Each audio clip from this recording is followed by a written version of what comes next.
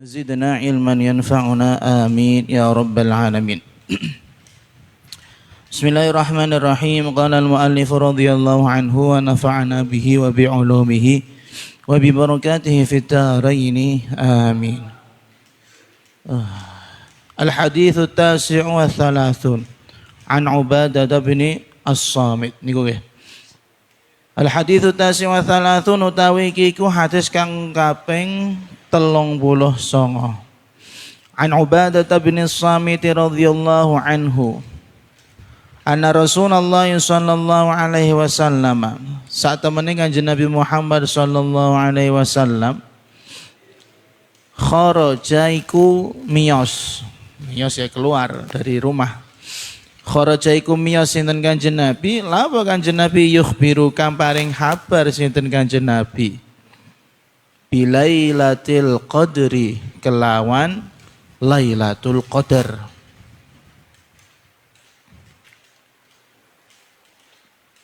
Fatalaha mongko tukaran. Fatalaha mongko tukaran rajulani sapa wong lanang loro. Minal muslimina bayane saking pira-pira wong Islam. Faqala mongko dawuh sinten Kanjeng Nabi Muhammad sallallahu alaihi wasallam. Dawuh ngeten, inni kharajtu li ukhbirakum bilailatil qadri wa innahu talaha fulanun wa fulanun farufi'at wa asa an yakuna khairan lakum iltamisuha fis sab'i wa tis'i wal khamsi. Ini saat temene ingsun kharajtu iku miyos sapa ingsun Kanjeng Nabi. Keluar dari rumah lapo li ukhbira supaya paring kabar sapa ingsun. Li ukhbira supaya paring kabar sapa ingsun kum ing sira kabeh para sahabat. Kabar tentang apa? Bilailatil Qadri kelawan terjadine Lailatul Qadar. Tapi rak sido ing kabar kenapa wa innahu lan sak temene kelakuan talaha tukaran tanaza'a talaha itanaza'a tukaran. Sapa sing tukaran fulanun sapa fulan wa fulanun lan fulan kang liya. Jadi fulanun itu sebuah ibarat ya, sebuah ungkapan untuk mendefinisikan, mendeskripsikan orang yang tidak diketahui namanya. Itu yang pertama. Atau diketahui namanya tapi tidak disebut namanya untuk menutupi keburukan. Nah, itu seperti itu. Seperti halnya kalau di dalam ilmu matematika sering dolanan X B Y ya benar. Nah, dan sebenarnya X itu adalah serapan daripada bahasa Arab. Oh, bingung tuh gue. Oh iya. Pernah dibahas sama seorang profesor dari Amerika, dia mengatakan bahwasanya penemu daripada aljabar itu kan ulama muslimin ya gitu. Apa Khwarizmi apa siapa? Aljabar ya? Khwarizmi betul ya? Aku ora pati paham ya. Maklum enggak satu server. Beliau orang Masya Allah terjelas orang alimnya. Katanya X itu adalah serapan dari bahasa Arab. Jadi buku-bukunya aljabar, karya-karyanya itu ditulis ulang di bahasa Latin dan bahasa-bahasa yang lain. Ketika Al-Imam Khwarizmi menyebutkan syai'un, sesuatu yang tidak bisa didefinisikan, sesuatu yang tidak bisa dideskripsikan berapa nilainya di situ, maka orang-orang barat itu juga iso ngomong syai'. Isane mone X. Nah, ngono lho. Dadi ne syai'un itu dari kata X itu dari kata syai'un. Nah, gitu, Masya Allah. Oh no, tapi yo nyambung sih, nyambung. Allah alami, rasa aneh-aneh. Berarti kita tuh sebenarnya nggak usah belajar matematika dengan bahasa itu ya. Harusnya pakai bahasa Arab terus dimaknani. Allah. Ya. Farufi'at mongko den angkat Sing din angkat niku napa? Tembriki Lailatul Qadar, ay al-ikhbaru an Lailatul Qadar. Kabar tentang Lailatul Qadar. Bismillah. Alhamdulillah. Wa asalan mbok menawa-menawa ayyakuna apa yen ta ana apa rufi'at muga-muga utawa mbok menawa ayyakuna yen ta ana apa rufi'at iku mau sing diangkat mau khairan iku bagus lakum kanggo sira kabeh iltamisu padha golek sapa sira kabeh. Bismillah. Alhamdulillah. Iltamisu padha golek sapa sira kabeh ha ing Lailatul Qadar fis sab'i ay fis sab'i wal 20 ing dalem malam 17 watis lan malam 9 ta 29 harusnya 29 kan ya karena ada tafsirannya wal khamsi lan malam selawe gini bismillah. Alhamdulillah. Jadi kemarin kita itu sudah sampai pada hadis tentang sibabul muslimi fusukun, bahwasanya misoi wong Islam itu adalah sebuah perbuatan jahat. Tidak mungkin wong Islam niku kalau benar-benar Islam sejati dia itu misoi atau menghina ya, menghina mencela orang Islam lainnya. Dan di labeli Kanjeng Nabi dengan fasik, kefasikan, tapi fasik yang ringan lah ya, fasik yang ringan. Lah, kenapa Kanjeng Nabi itu sampai tidak boleh kita itu pisau-pisauan, tukaran? Karena ternyata itu potensinya nyebar kemana-mana, bahayanya nyebar kemana-mana. Suatu saat Kanjeng Nabi Muhammad SAW itu adalah orang yang suka mengajak-ngajak orang kepada kebaikan. Kalau beliau tahu ada suatu kebaikan, itu pasti disampaikan. Orang kayak kue, dua ayam enak, orang dikadak-kadak wong, era khawatir nek dijalui, konco. Beliau enggak mau kebaikan duniawi, kebaikan ukhrawi, beliau sampaikan. Lah suatu saat Kanjeng Nabi itu keluar, mungkin di hadapan Kanjeng Nabi atau saat itu wahyu sedang komunikasi Allah dengan Kanjeng Nabi. Kita sudah tahu bahwasanya Allah itu menyampaikan wahyu dengan caranya masing-masing. Dengan caranya ada yang langsung tanpa ada perantara malaikat Jibril. Ada yang mana malaikat Jibril itu seakan-akan meniupkan udara kemudian masuk di dalam hatinya Kanjeng Nabi dan macam-macam. Kemungkinan kondisinya Kanjeng Nabi saat ini sedang di hadapannya ada malaikat atau sedang hatinya terkoneksi dengan Allah Subhanahu wa ta'ala. Dan kita tahu ahwalun Nabi Muhammad sallallahu alaihi wasallam muttasilatun daimatun billah. Kita tahu bahwasanya semua sisi kehidupannya Kanjeng Nabi, sak sare-sarene, sak turu-turune Kanjeng Nabi, zahir batine tetap nyambung kali Gusti Allah. Koneksinya enggak pernah putus nyambung terus, ngungkuli 5G ya gitu kan. Maka jangan heran kalau terkadang Kanjeng Nabi itu yang ngendikan sesuai apa yang disampaikan oleh Allah Subhanahu wa ta'ala, yang mana manusia di sekitarnya enggak mudeng ngarepe Kanjeng Nabi. Lah ini mungkin salah satunya sedang koneksinya sedang kuat. Akhirnya beliau cepat-cepat keluar dari rumah, mau menghabarkan tentang terjadinya Lailatul Qadar pada tahun tersebut.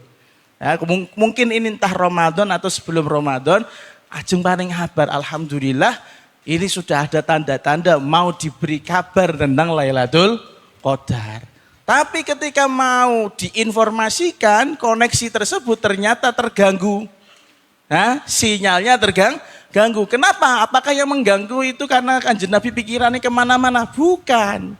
Karena di depannya Kanjeng Nabi talaha rojulani. Ada dua sahabat yang berteriak-teriak bertengkar di masjid. Nah, bayangno, majelis yang sesuci itu, koneksi yang sebaik itu bisa terganggu gara-gara kenakalan orang lain. Makanya terkadang memang ada beberapa para masyayikhuna, guru-guru kita itu kalau ngibadah itu ora iso bareng-bareng ngeten iki mboten saged. Dia mau ngibadahnya isane dhewean, ngono. Tapi itu nek sampean dhewean malah cepet-cepetan sholat ya. Akan soleh ketika di live streaming seperti ini. Masya Allah. Nggih, ya itu Kanjeng Nabi itu agak terganggu koneksinya. Bukan berarti Kanjeng Nabi peduli, enggak. Tapi koneksi yang akan disampaikan oleh Allah kepada Kanjeng Nabi itu tidak sampai gara-gara apa tadi? Ada dua sahabat yang bertengkar. Kita cari tahu siapa orang ini. Lah, di dalam syarahnya disebutkan qalahu Ibnu Dihyah, Abdullah ibn Abi Hadrad namanya. Yang pertama Abdullah ibn Abi Hadrad yang bertengkar ini ya. Sing ini angel ya. Abi Hadal Ra'dal. Abdullah ibn Abi Hadrad. Dan yang kedua sahabat yang masyhur namanya Ka'ab ibn Malik. Wah, Ka'ab ibn Malik. Sing pertama rapati masyhur, sing kedua masyhur. Mungkin pertanyaannya kira-kira tukarannya perkara apa? Dilanjutkan ini. Kana lahu ala Abdillah dainun fatolabahu fatanaza'a wartafa'a as-sautu fil masjid. Sesungguhnya Ka'ab ibn Malik itu punya utang sama Abdullah ibn Abi Hadrad. Nah, tapi rapati dibayar-bayar mungkin seperti itu. Lah, karena ketemunya susah mungkin. Ning pengajian rak ketemu, ning pasar rak ketemu ning Mas masjid wah iki mumpung ketemu. Di WA rak kena rak diwaca-waca malah diblokir watake ngoten nggih. Akhirnya fatolabahu dia menagih hutang di masjid. Tapi yang terjadi malah sahabat Ka'ab bin Malik itu tidak menerima. Mungkin pikiran beliau wong nagih utang kok neng masjid, mbok yo ning omah. Ngono mungkin ya. Mungkin. Coba padakno mbek keadaane sampean ya. Coba keadaane sampean. Akhirnya terjadilah pertengkaran antara dua orang tersebut. Nah ini ketika melihat seperti itu Kanjeng Nabi yang awalnya senang mau menyampaikan tentang Lailatul Qadar, akhirnya dawuh inni kharajtu li ukhbirakum bi Lailatul Qadar. Tadi saya itu sudah mau nyampein kapan akan terjadinya Lailatul Qadar Ramadan tahun ini. Tapi ketika di hadapan saya ada fulan sama fulan yang sedang bertengkar. Akhirnya koneksi atau hubunganku dengan Allah tentang kabar tersebut rufiat, dicabut oleh Allah Subhanahu wa taala. Dicabut. Lah, di sini disebutkan farufiat itu artinya apa? Ay rufi'a ta'yinuha an dzikri. Yang pertama bahwasanya yang dihilangkan dari Kanjeng Nabi tentang Lailatul Qadar adalah penentuan harinya Lailatul Qadar itu kapan. Nah, kapan terjadinya Lailatul Qadar itu dicabut kabarnya. Au bayanuha atau keterangannya tentang Lailatul Qadar. Ini yang kedua. Yang pertama tentang harinya kapan itu dihilangkan. Yang kedua tentang keterangannya Lailatul Qadar itu dihilangkan. Atau yang terakhir ilmuha an qalbi. Awalnya saya tahu, tapi gara-gara kalian bertengkar akhirnya lali, gitu loh. Gara-gara kalian bertengkar akhirnya lali. Bimakna nasituha. Bimakna nasituha. Maksudnya Kanjeng Nabi awalnya sudah tahu Lailatul Qadar itu kapan, tapi gara-gara lihat orang bertengkar akhirnya supe. Nah, di dalam riwayat Muslim ada tambahannya. Ada tambahan riwayat, yadda'i kullun minhuma annahu muhiqqun ma'ahuma syaitan fanasituha. Yang mana dua orang bertengkar tadi ngaku-ngaku semuanya tuh benar sendiri-sendiri. Si Ka'ab yo muni aku sing bener, si Abdullah juga muni aku bener, padahal ning ngene wong loro iku sedang diikuti atau didampingi oleh malaikat. Soalnya wong tukaran ora mungkin didampingi kok ngapunten didampingi setan nggih. Oh kok penak menung tukaran atau didampingi malaikat. Nggih, malaikat maut kali ya. Jadi kata beliau bahwasanya orang yang bertengkar mereka itu tidak merasa bahwasanya di belakang mereka itu ada setan yang ngompor-ngompori. Nah, lihat ada setan di situ aku lupa. Kan Kanjeng Nabi itu gak seneng kumpul sama setan. Ya, Kanjeng Nabi gak seneng kalau ada majlis di situ ada setannya. Seperti yang saya sampaikan kemarin tentang ceritanya sahabat Abu Bakar Siddiq yang mana beliau dipisoi menengai awale, tapi karena sing misoi kenemenen bales sithik yang awalnya sahabat Abu Bakar Siddiq dibela oleh malaikat, akhirnya yang datang siapa? Setan. Akhirnya Kanjeng Nabi miyos. Nah, sama seperti ini. Wah, aku mau nang masjid kok malah nang masjid ono setan loro. Lah jebule ngomong tukaran kan ngoten. Ini kelebihannya Kanjeng Nabi, gitu ya. Kelebihannya Kanjeng Nabi. Maka lihat nanti kanca-kanca sing sering marah-marah, ya, sing sering tukaran mbek kancane, iku watake setan, ono setan ning burine. Setan ning durine kan ning jero awake ya kira-kira. Sudah menyatu kali ya. Disurupi harus setan. Nah, Kanjeng Nabi itu paling enggak suka kalau ada setan di situ. Nah, kemudian di sini Al Imam Qadhi Iyad berkomentaran, fihi dalilun ala annal mukhasamah mazmumatun. Hadis ini menerangkan bahwasanya pertengkaran, pertikaian, bengok-bengokan, ya, apa meneh sampai bacok-bacokan itu mazmumatun, dicela. Tercela bagi syariat, tercela juga bagi akal sehat. Wong tukaran. Iku apa ana apike gak ono. Sak bener-bener yang tukaran ya tetap salah. Yang kedua, wa annahu sababun fil uqubatil ma'nawiyah ayil hirman. Yang kedua bahwasanya pertengkaran antara seorang muslim dengan muslim yang lainnya itu menyebabkan terhalangnya turunnya rahmat Allah Subhanahu wa taala. Jadi gini, potensi nih awak dhewe ngeten niki, masyaallah. Insyaallah nek sampean min auliyaillah atau sampean termasuk jenis nabi, iku sak dhuwure kene iku akeh malaikat. Weruh nek ana malaikat. Maka sebenarnya potensi manusia bersama malaikat itu lebih besar daripada potensinya bersama setan. Setan aja nunggu momen kok. Leren tukaran kan ngoten kira. Maka Kanjeng Nabi itu ya pengen awak dhewe itu selalu dibersamai oleh malaikat rahmat. Ya, akhirnya itu yang terjadi kasih sayang, yang terjadi saling menghormati. Potensinya besar. Ngaji ono malaikate, salat ono malaikate, nggih. Amal soleh ya ono malaikate. Sing ono malaikate pas tukaran. Sing ono malaikate pas maksiat. Dan ketika kita itu jauh dari malaikat, potensi yang masuk itu dosa-dosa tok. Ngoten lho maksudnya. Terus wa fihi annal makan alladzi yahduruhu syaitan turfa'u minhul barakah wal khair. Dan yang ketiga kata Imam Qadhi Iyad, tempat-tempat yang mana di situ hadir ada setan di situ ya, tempat yang dihadiri oleh setan. Contohnya tadi tempat yang ada napa? Wong tukaran, senajan masjid, maka dicabutlah keberkahan tempat tersebut. Nah, makanya ana masjid nggone omahe Gusti Allah kok tukaran niku ora wis belas lah. Ngerti omahe Gusti Allah mbok parakno setan rono ku kepiye karepmu kan? Lek ngusir kepiye kan? Ancen ngusir kowe sing tukaran niku ya. Makanya sebuah penghinaan yang besar ketika Anda itu di masjid malah mendatangkan setan gitu. Atau tempat yang ada setannya. Itu ya tempat togel, bioskop ya. Loh, ngapunten bioskop sing nggawa gandengan cepak buri gitu. Ya. Siapa tuh? Lapo Bagas kok dingkluk lapo? Tahu?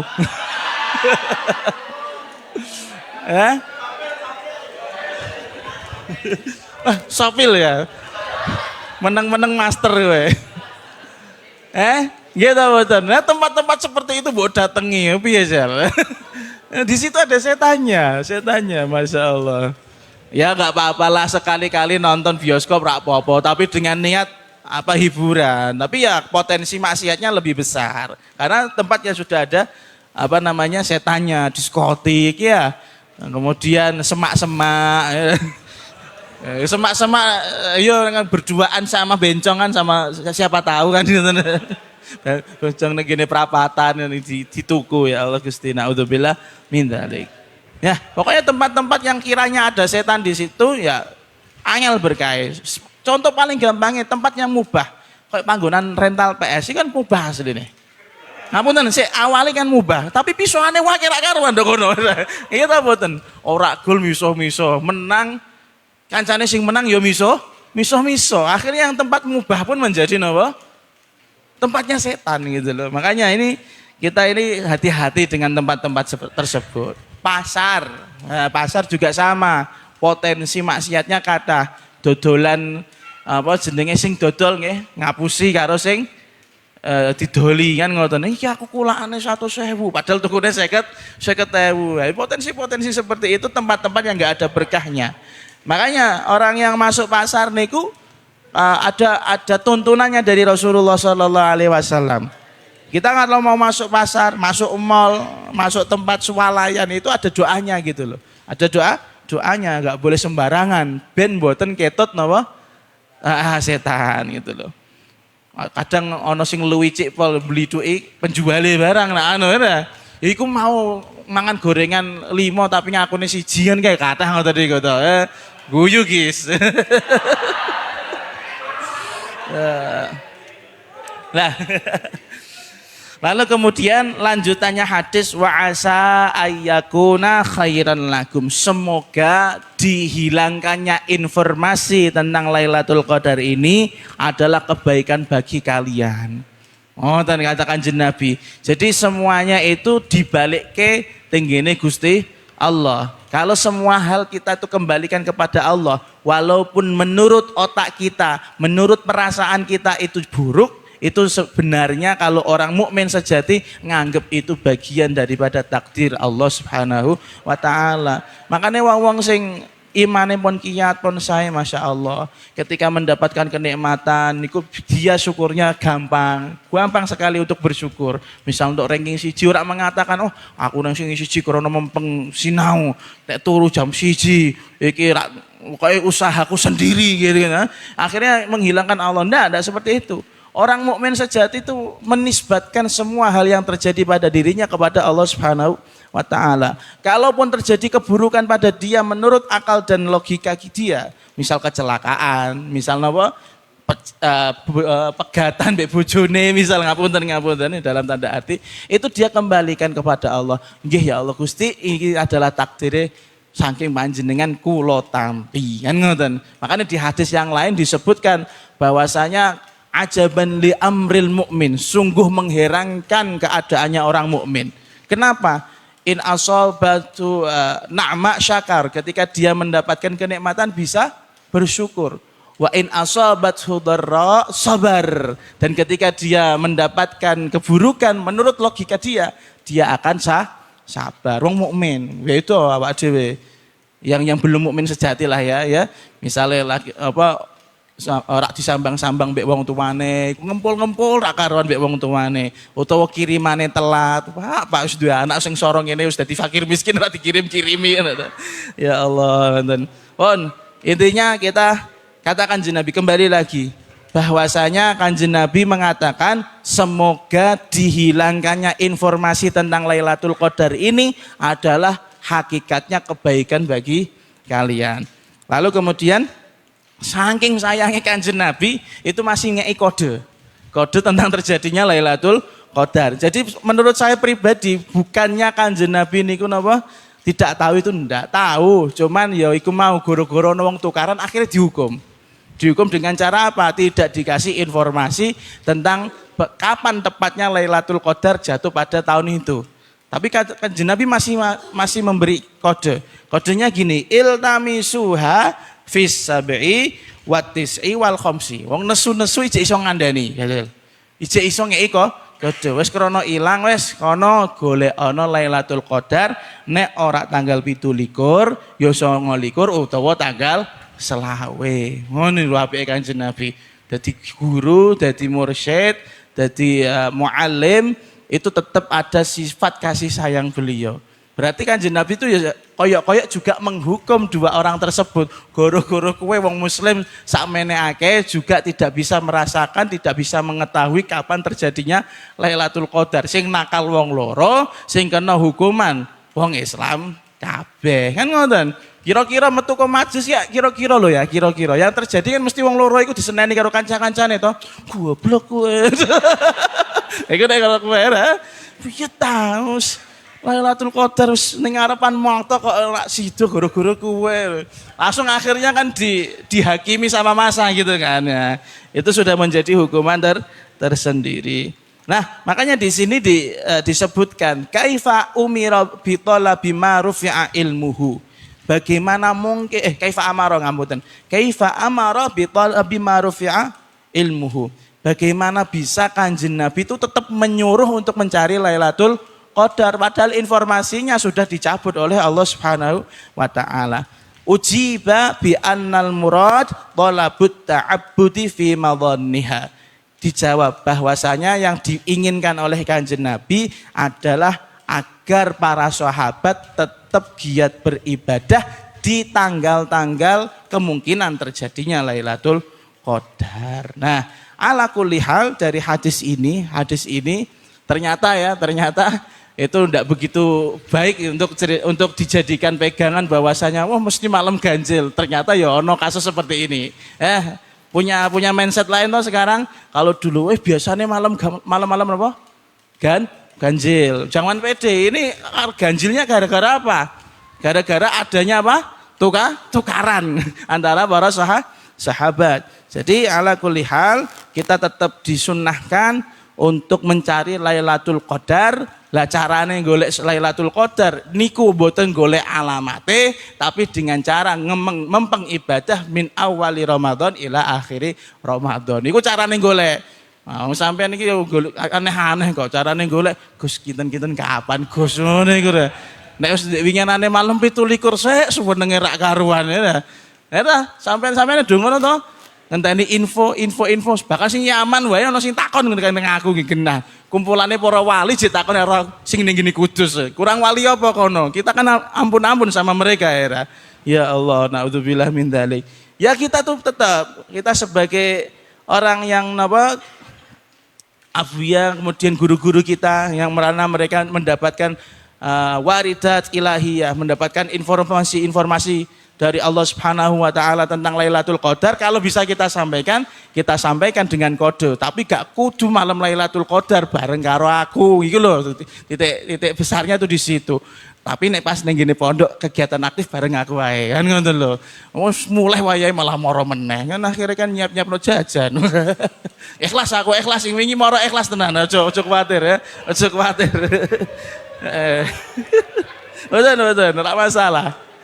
Artinya itu kemarin itu harapan saya konco-konco itu mau bersama saya atau tidak tetap harus menghidupkan Lailatul Qadar dengan caranya sendiri itu harusnya. Nah, sampean golek penak nek dhewe niku kayak kurang marem wis. Mungkin ngono mungkin. Ya makane dilatih ngoten. Wong Kanjeng Nabi nggih nglatih para sahabat dengan cara seperti ini juga saya juga punya kewajiban untuk melatih Anda piye carane giat ngibadah baik ada guru tidak ada guru, baik ada calon mertua atau tidak ada calon mertua ngoten. Kan ngoten. Masyaallah kayak Mas Adib meniki lho. Apa? Kaya apa? Ing dalem apane iki? Ing dalem ora semangate. Terus intinya Kanjeng Nabi itu adanya jam pinten? Masih nanti nggih. Kurang berapa menit? Kurang 3 menit, kita selesaikan aja.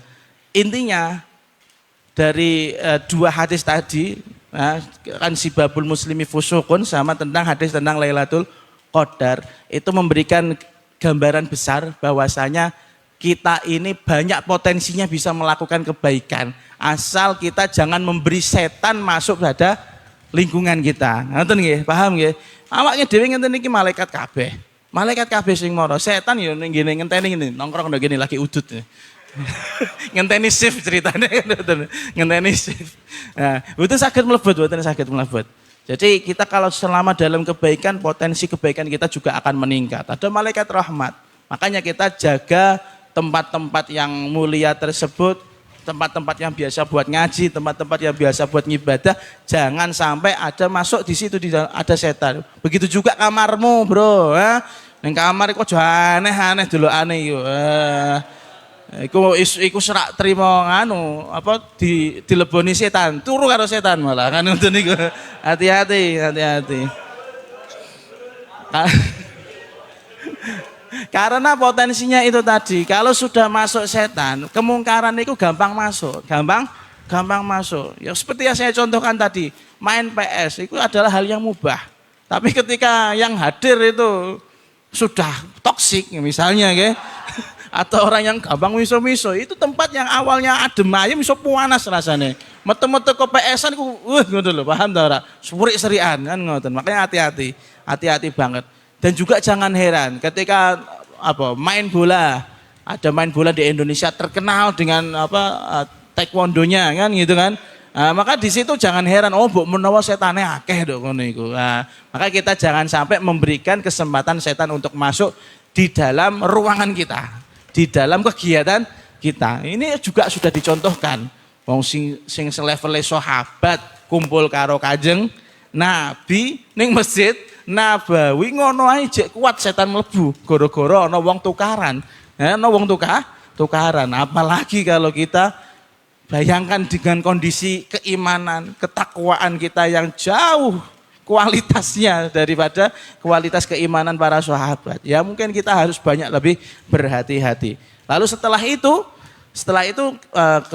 selanjutnya al-haditsul arbaun secara garis besar tentang al-iman billah itu mal iman, mal islam, mal ihsan. Nah, kenapa mendatangkan hadis ini? Mumpung masih ingat, saya sampaikan sekalian. Imam Bukhari mendatangkan hadis yang ke-40 ini yang di bawahnya tentang iman, Islam sama ihsan.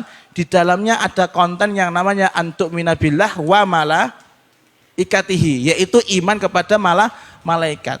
Mungkin maksudnya Imam Bukhari adalah memberi informasi pada kita, ndak yono orang muslim itu potensinya bersama malaikat lebih besar. Oh, percaya ada malaikat kata beliau. Kayak ngono paham nggih? Oh, ora percaya ana malaikat ngene tak kaya hadise iki lho. Antuk minabillahi wa malaikatihi. Itu logikanya yang sampai kepada saya. Tsumma qala al-haditsul arbaun wallahu a'lamu bis-shawab. Taqabbalallahu minna wa minkum.